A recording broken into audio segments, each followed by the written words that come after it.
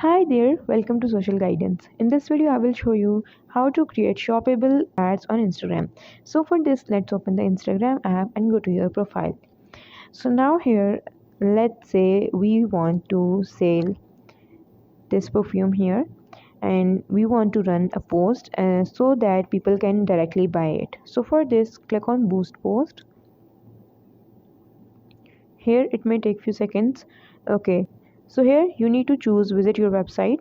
Click on it. Now here you need to enter the website URL and choose the button of shop now. So as you enter the website here, let's for an example we can add www.shopify.com. Click on the tick button on the top.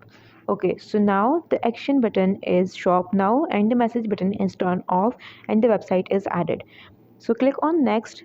The other process are same as we run ads on Instagram. Simply run the process, click on next, add your payment method and then click on boost post.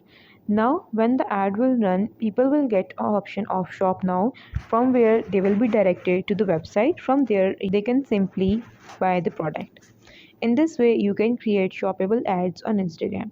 If you find this video helpful, make sure to like the video and do subscribe to our channel. Thank you for watching. Bye.